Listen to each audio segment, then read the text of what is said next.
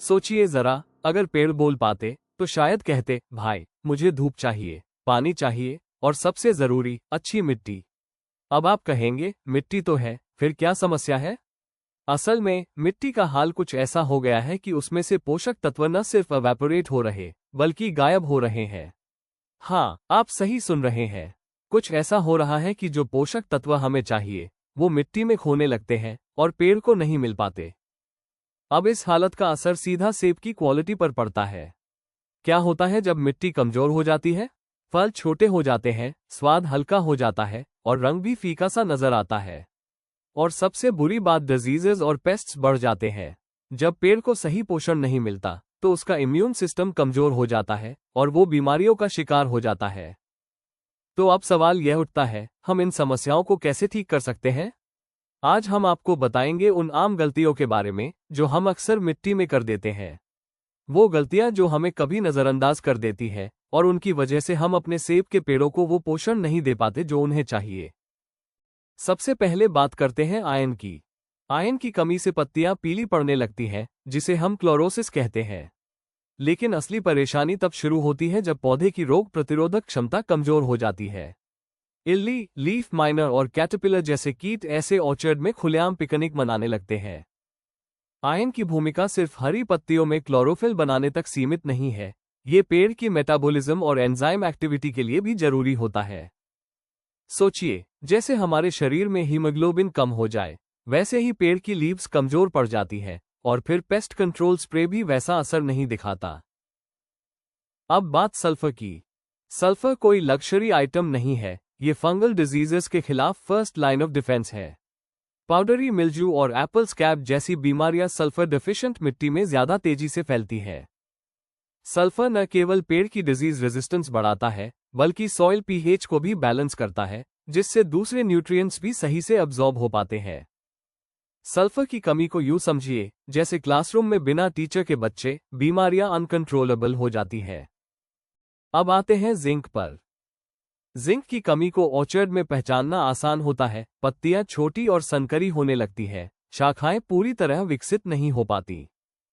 एक मजेदार एनालॉजी बताऊं? जिंक कम हो जाए तो पेड़ का ग्रोथ गूगल मैप्स के बिना यात्रा जैसी हो जाती है, कंफ्यूज्ड, धीमी और डायरेक्शनलेस।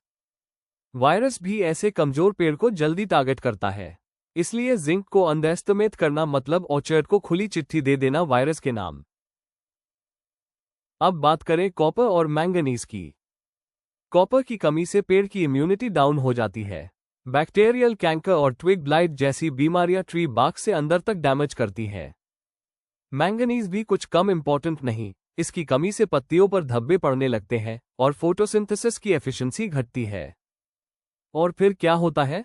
ऊपर से पेड़ लश ग्रीन दिखता है, लेकिन अंदर से वो हॉलो यानी खोखला होता है, जैसे कोई इंस्टाग्राम फिल्टर लगा दिया गया हो। असली पिक्चर तो दुखद है। कैल्शियम ये नाम सुना होगा, लेकिन इसका रोल अक्सर नजरअंदाज हो जाता है। कैल्शियम फ्रूट की सेल वॉल्स को मजबूत बनाता है। इसकी कमी से सेब में क्रैकिंग की प्रॉब्लम आती है। और अगर डेफिशिएंसी ज्यादा हो गई तो बिटर पिट नाम की बीमारी यानी फ्रूट के अंदर काले धब्बे दिखने लगते हैं।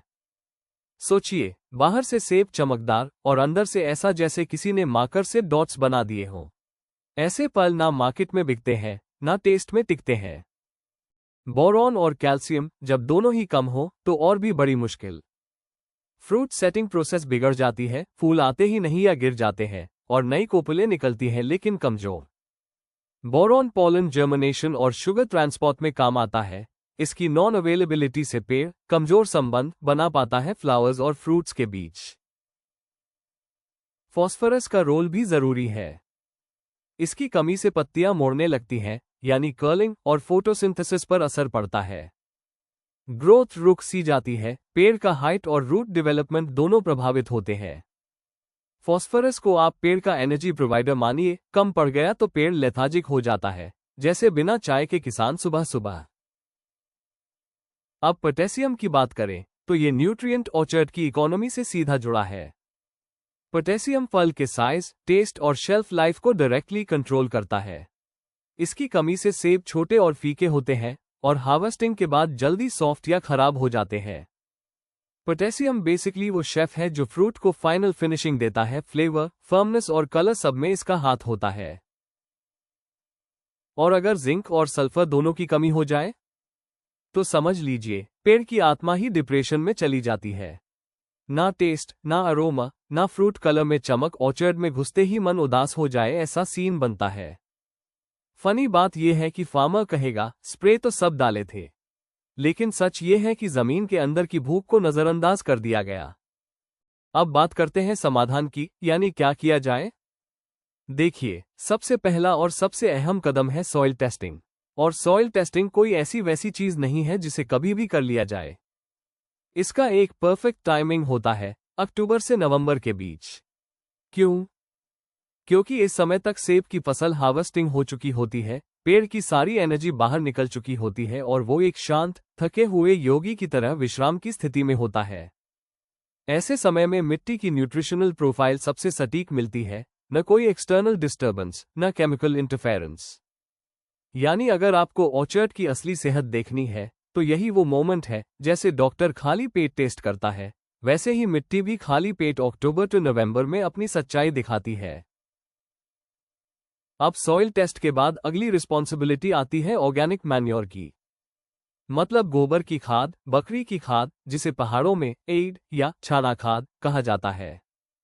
ये फर्टिलाइजर कोई केमिकल बॉम्ब नहीं है जो एक झटके में असर दिखा दे। ये तो धीरे धीरे प्यार से मिट्टी को पोषण देने वाले संस्कार की तरह होते हैं। अब सवाल आता है कब डालें?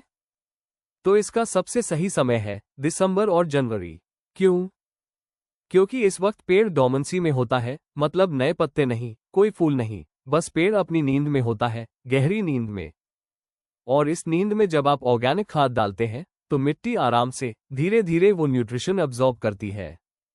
जैसे सोते हुए इंसान को हल्का फुल्का दूध या सूप दिया जाए, कोई स्पाइसी फास्ट फूड नहीं।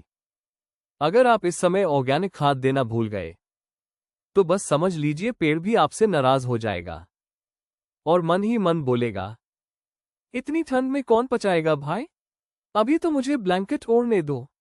एक और बात याद रखने वाली है, ये ऑर्गेनिक फर्टिलाइजर एक इंस्टेंट नूडल्स नहीं है। इनका असर धीरे धीरे दिखता है, लेकिन गहरा और स्थायी होता है। ये मिट्टी की स्ट्रक्चर, माइक्रोब्स और मॉइस्चर होल्डिंग कैपेसिटी को सुधारते हैं। यानी ये सिर्फ पेड़ को नहीं, पूरे जमीन के इकोसिस्टम को हील करते हैं। और हाँ, हर खेत या बगीचा एक जैसा नहीं होता। कई जगहों की मिट्टी में ऑलरेडी पोटेशियम बहुत है, लेकिन जिंक नहीं है। तो ब्लाइंडली एक ही तरह की खाद डालने से काम नहीं चलता। जैसे हर इंसान को एक ही दवा नहीं दी जा सकती, वैसे ही हर ऑर्चर्ड की न्यूट्रिशनल जरूरतें अलग होती हैं। इसलिए सॉइल टेस्ट को हल्के में न लें। ये कोई फॉर्मल प्रोसेस नहीं है, ये तो आपके ऑर्चर्ड की हेल्थ रिपोर्ट है। और मैन्योर डालना केवल पेड़ को खाना खिलाना नहीं है, ये एक सीजनल रिश्ता है जिसमें टाइमिंग, मात्रा और क्वालिटी तीनों का ध्यान रखना पड़ता है। अब बात करते हैं कुछ बोनस प्रैक्टिसेस की, यानी वो तरीके जो कम लोग अपनाते हैं लेकिन असर बहुत करते हैं। सबसे पहले आते हैं बायो फर्टिलाइजर। नाम से ही समझ आ रहा है, ये जीवाणु आधारित खाद है।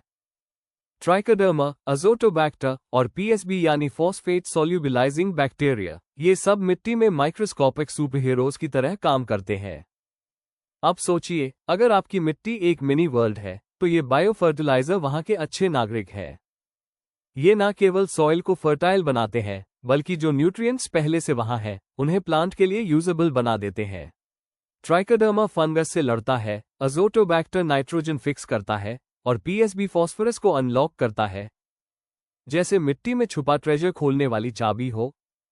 और मजे की बात यह है कि ये सब कंप्लीटली ऑर्गेनिक है। ना कोई केमिकल रेजिड्यू, ना कोई एनवायरमेंटल साइड इफेक्ट। यानी मिट्टी को उर्वर बनाने के साथ साथ उसका इम्यूनिटी सिस्टम भी स्ट्रॉन्ग कर देते हैं। जैसे आप हल्दी वाला दूध पीते हैं इम्यूनिटी के लिए, वैसे ही मिट्टी के लिए ट्राइकोडर्मा एक इम्यून बूस्टर है। अब बात करें एक और स्मार्ट प्रैक्टिस की, ड्रिप इरिगेशन के जरिए माइक्रोन्यूट्रिएंट्स देना। अब देखिए, स्प्रिंकलर्स और ट्रेडिशनल सिंचाई में क्या होता है।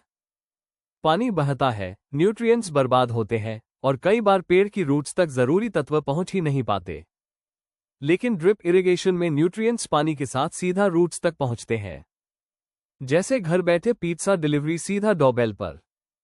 इससे होता यह है कि हर पेड़ को बराबर पोषण मिलता है, ना किसी को ज्यादा ना किसी को कम। और पानी की भी बचत होती है, यानी खर्चा कम, असर ज्यादा। माइक्रोन्यूट्रिएंट्स जैसे बोरॉन, जिंक और मोलिब्डेनम अगर ड्रिप के साथ मिले तो अपटेक एफिशिएंसी कई गुना बढ़ जाती है। अब आते हैं क्रॉप रोटेशन और ग्रीन मैन्योर पर। देखिए, अगर आप हर साल एक ही फसल उगाते हैं तो मिट्टी थक जाती है। जैसे रोज एक ही डायलॉग सुनकर हम बोर हो जाते हैं, वैसे ही मिट्टी भी न्यूट्रिएंट्स रिपीट होने पर बोर्ड और डिप्लीटेड हो जाती है। इसलिए बीच बीच में नाइट्रोजन फिक्सिंग लेग्यूम्स जैसे लोबिया, मूंग या मेथी उगाना चाहिए। इन्हें कहते हैं ग्रीन मैन्योर क्रॉप्स। जब आप इन्हें जुताई के साथ मिट्टी में मिला देते हैं तो वो सड़ते हैं और नाइट्रोजन छोड़ते हैं, यानी नेचुरल यूरिया, बिना स्मेल के, बिना पैकेट के, ऑर्गेनिक और मुफ्त का। अब आते हैं एक और मजेदार हैक पर, इंटरक्रॉपिंग शैलो रूटेड क्रॉप्स। मतलब सेब के बाग में उन खाली जगहों पर जहां डायरेक्ट सनलाइट मिलती है, वहां आप ऐसी फसलें उगा सकते हैं जिनकी जड़ें ज्यादा गहराई में नहीं जाती। मूली, पालक या लहसुन, ये सब बेहतरीन चॉइसेस हैं। और लहसुन तो मानो जैकपॉट है, क्योंकि ये सिर्फ सब्जी नहीं है, ये तो मिट्टी के लिए एक तरह का सैनिटाइजर है। इसके सल्फर कॉम्पाउंड्स और माइक्रोबियल स्टिम्युलेटिंग प्रॉपर्टीज मिट्टी में मौजूद खतरनाक फंगस को नेचुरली दबा देते हैं, यानी बिना कॉपर ऑक्सीक्लोराइड या कॉस्टली फंजिसाइड्स के डिजीज कंट्रोल। और बोनस ये कि जब फसल तैयार होती है तो आपको ताज़ा सब्जी और मसाले भी मिलते हैं, फ्री ऑफ कॉस्ट। अब सोचिए, एक बाग जिसकी मिट्टी सांस ले रही है, जिसमें अच्छे बैक्टीरिया डांस कर रहे हैं और जिसकी रूट्स हेल्दी है। ऐसे पेड़ पर जब सेब लगते हैं तो सिर्फ रंग नहीं अच्छा होता, स्वाद भी गजब का आता है। जैसे बर्फ में पका हुआ सेब, क्रंची, जूसी और नेचुरली स्वीट। तो याद रखिए, मिट्टी से दोस्ती करोगे तो सेब में मिठास खुद ब खुद आ जाएगी। हेल्दी मिट्टी का मतलब है हेल्दी रूट्स, हेल्दी रूट्स का मतलब है हेल्दी फ्रूट, और हेल्दी फ्रूट का मतलब है हेल्दी इनकम। इसलिए अगली बार प्रूनिंग या स्प्रेइंग से पहले एक सवाल खुद से जरूर पूछिए, मिट्टी भाई तो ठीक तो है ना? और अगर इस सवाल का जवाब आपको नहीं पता तो सीधा सॉइल टेस्ट करवा लीजिए, क्योंकि पेड़ की बीमारी का असली एक्स-रे यही है। अब थोड़ी प्रैक्टिकलिटी की बात करें। हर साल हम पेस्टिसाइड, फंजिसाइड्स और बूस्टर्स पर हजारों रुपए खर्च करते हैं, लेकिन सॉइल टेस्टिंग जो रूट कॉज को पकड़ता है वो हम छोड़ देते हैं। क्यों? एक सॉइल टेस्ट की कीमत जितनी 2 मैगी और एक मल्टीप्लेक्स वाली मूवी की टिकट। तो इस बार पॉपकॉर्न के बजाय अपनी मिट्टी को पोषण दीजिए। और हाँ, अगली बार जब सेब की पैकिंग हो रही हो तो दिल से कहिए, इनका स्वाद मिट्टी की मेहनत का नतीजा है।